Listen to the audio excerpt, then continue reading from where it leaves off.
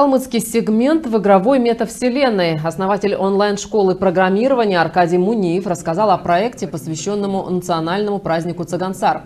В виртуальном пространстве есть игра на русском и калмыцком языках, благодаря которой можно узнать о национальных обычаях и традициях. Мы сейчас пока реализовали проект на русском и на калмыцком языке. Планируем еще поставить английский, потому что мы понимаем, что большое количество наших зарубежных соотечественников, соотечественников, проживающих за рубежом, тоже нуждаются в игре, которая рассказала бы им, в контенте, которая рассказала бы им о традициях калмыцкого народа. Тем более в таком простом формате, когда в формате игры, когда ребенок проходит одно испытание за другим, ребенку рассказывается история праздника Цагансар. И если он правильно, потом ему задаются вопросы, если он правильно отвечает, то он получает награду. Для любого современного школьника это достаточно приемлемый формат. Мы сейчас, конечно, понимаем, что то, что мы сейчас сделали, это всего лишь крупица. Потому что мы всего лишь сделали одну игру и всего лишь по одному празднику. Таких традиций, таких интересных особенностей нашей культуры, их великое множество. И работать с этим можно бесконечно долго.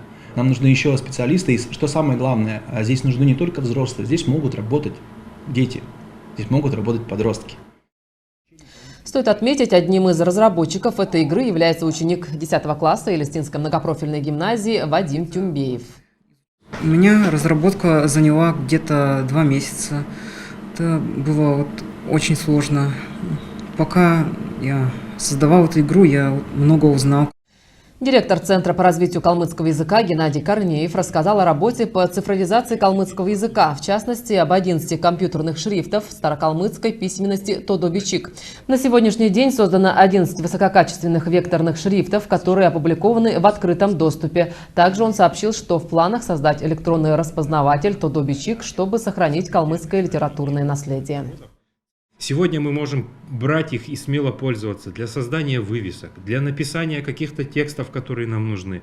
В конце концов, для принтов на одежде мы можем спокойно брать эти тексты, эти шрифты, эти фонты все и использовать их.